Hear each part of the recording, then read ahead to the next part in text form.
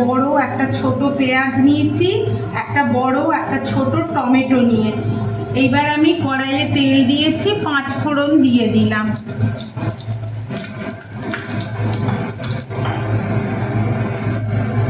দিয়ে পেঁয়াজটা দিয়ে দিচ্ছি।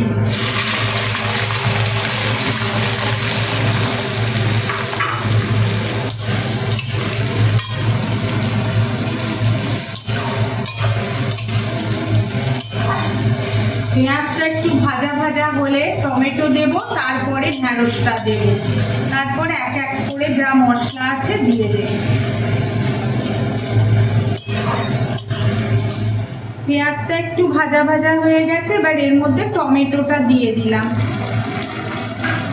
ঢ্যাঁড়সটা খেতে কেউ চায় না, কিন্তু আমি যেভাবে রাঁধছি একবার রেঁধে খেয়ে দেখবে, খুব ভালো লাগবে।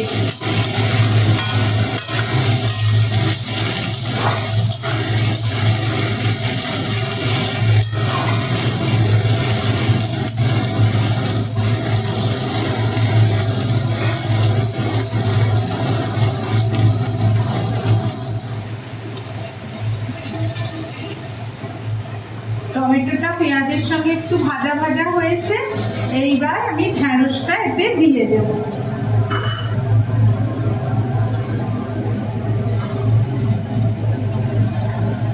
ঢ্যাঁড়সকে সবসময় গোটা থাকতে কেটে নিতে হবে, না হলে কি হবে, ওর যে কষটা সেইটা আর কাটা যাবে না, পরে হাত ময় মাখামাখি হয়ে যাবে।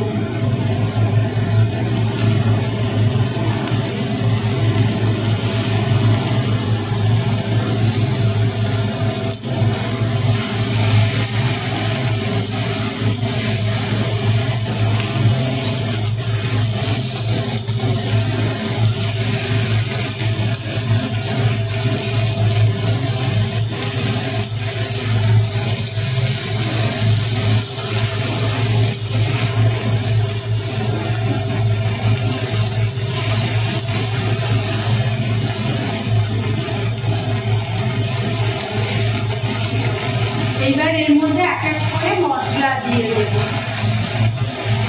কিছুই না, খুব সামান্য জিনিস দিয়ে এই তরকারিটা।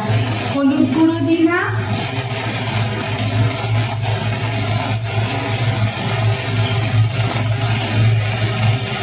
লঙ্কা গুঁড়ো দিলাম,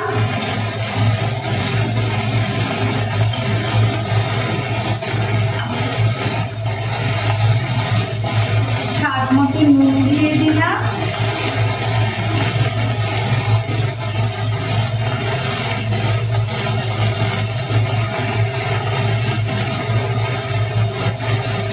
আর আদা বাটা দেব, আর কিচ্ছু না, আর একটু চিনি দিয়ে দেব।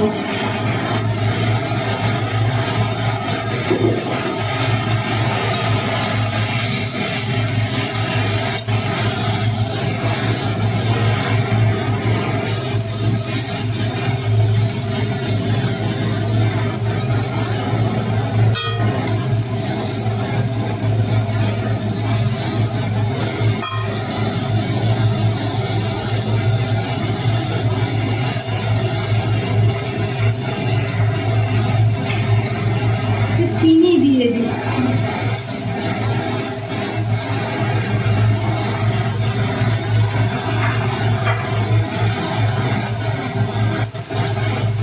এবার এটা একটু সেদ্ধ হোক, তারপরে নামাবো।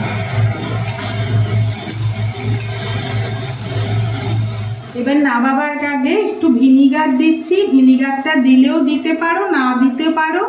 দিলে আচার আচার গন্ধ হয়, বেশ রুটি দিয়ে খেতে ভালো লাগে।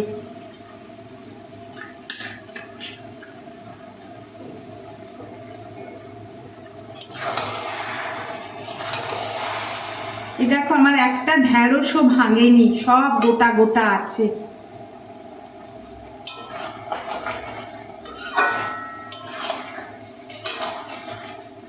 আমার ঢ্যাঁড়সের তরকারি